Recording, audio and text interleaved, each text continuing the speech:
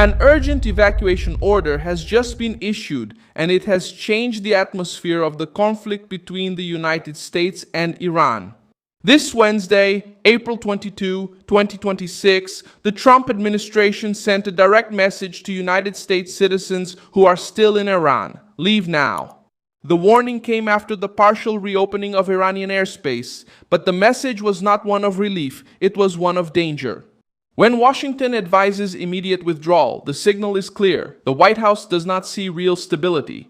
It sees a fragile truce, surrounded by threats and with a real chance of breaking, and that's when the most serious event happens at the same moment. While the United States was warning its citizens to leave Iranian territory, the Islamic Revolutionary Guard was increasing pressure at sea and attacking ships in the Persian Gulf. I'll tell you all about it in a moment. But now you'll want to make sure you're subscribed to the channel to stay well informed. Real-time information with the best journalistic quality you've ever seen. Trust me, Milson Alves. What is happening, therefore, is not just a simple sequence of bureaucratic warnings, it's a picture of an active crisis. The State Department has informed that American citizens should monitor flights, check with airlines, and, if necessary, leave by land through Armenia, Azerbaijan, Turkey, or Turkmenistan. It also warned that the Iranian regime may make departures difficult, charge fees, and require specific documentation in the case of dual citizenship. This answers, right at the beginning, a central question: who is at the center of this movement? On the sidelines, the Trump administration, which tries to maintain maximum pressure while prolonging the conversation. On the other side, the Iranian military structure, which continues to act as if the conflict could erupt again at any moment. At sea, Tehran's response came harshly. Reuters reported that the Islamic Revolutionary Guard said it had captured 2 container ships trying to leave the Gulf through the Strait of Hormuz: the MSC Francesca, flying the Panamanian flag, and the Epaminondas, flying the Liberian flag. According to the same report, the Epaminondas reported gunfire and damage to the bridge after being hit by shots and grenades launched by an armed vessel linked to the Iranian force. A third ship, the Euphoria, was also targeted but managed to continue its journey. This shows how the course of this crisis is unfolding. Not through a formal declaration of all-out war, but through naval intimidation, live fire, seizure of vessels, and a show of control over one of the planet's most vital routes. At the same time, Trump maintained an ambiguous but calculated stance. Reuters reported that the President of the United States announced the extension of the ceasefire to allow time for a unified Iranian proposal at the request of Pakistan, the mediator of the talks. But this extension came along with the continuation of the American naval blockade on Iran's ports and coasts. In summary, Trump extends the truce but doesn't loosen his grip. He gives a few more days, but keeps the economic knife at Tehran's throat. This is the point that links the evacuation alert to the offensive in the Gulf. Washington talks about dialogue, but prepares for things to get worse. Tehran talks about resistance, but responds with maritime coercion. On the Iranian side, the interpretation was also clear. According to Reuters, the extension announced by Trump was not even openly embraced by the main Iranian leaders. The agency pointed out that it was not clear whether Iran would accept the extension, and that at that moment there was no immediate comment from the top leaders of the regime. At the same time, an advisor to the president of the Iranian parliament said that Trump's gesture seemed like a maneuver to buy time for a surprise attack.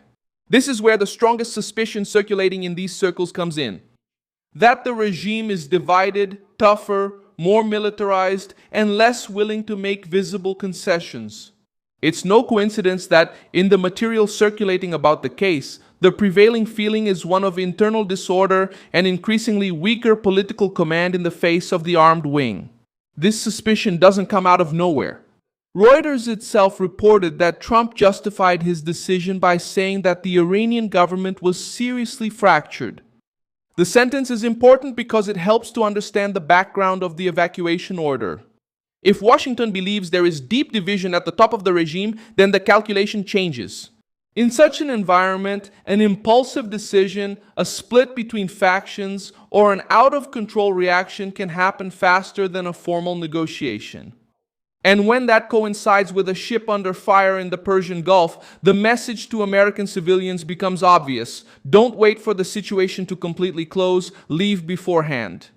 There's another detail that adds weight. The attack by the Islamic Revolutionary Guard on the ships didn't happen in a vacuum.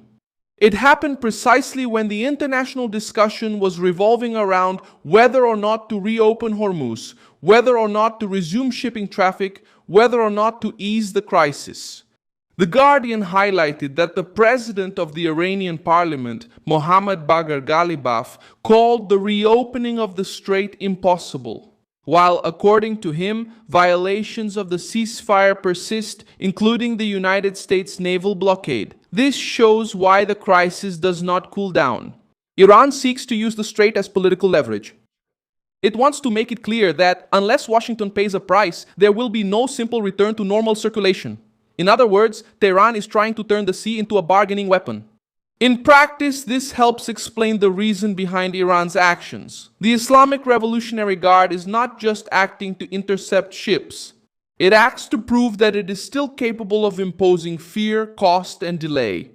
By firing at vessels and seizing two of them, the regime is sending several messages. At the same time, it challenges the United States blockade, puts pressure on insurers and ship owners.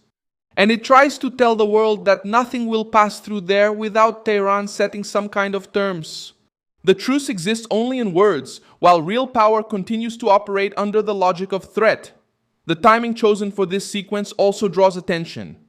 Reuters reports that the Iranian blockade and restrictions on the use of Hormuz have reduced the daily movement of ships, which normally is around 130 vessels per day. After the war, the flow dropped to a much lower level. This proves that it's not just empty theater. The crisis has already affected the normal operation of the route. The market reacted exactly in that way. Reuters reported that oil prices rose again after the incidents with the ships, reinforcing the perception that the Strait of Hormuz is still far from any normalization. Trump, in the material being circulated, appears to argue that the strait needs to remain under pressure, because that drains resources from the regime. Tehran, on the other hand, responds by showing that if it is pressured, it can make the passage dangerous and expensive. That's why the evacuation order carries much more weight than it seems. It didn't come alone. It came in the same context in which two ships were captured, a third was attacked, the ceasefire was extended without mutual trust, and the Iranian leadership showed signs of hardening. All of this together forms a single message. The region has not entered a phase of accommodation, it has entered a phase of armed truce, and an armed truce in a conflict of this scale is precisely the ground where mistakes, sudden reactions, and new escalations tend to arise. Both show that the truce still looks like a short break, not a real solution. Like this video, subscribe, and check the comments at the end to engage more with the Milson Alves community.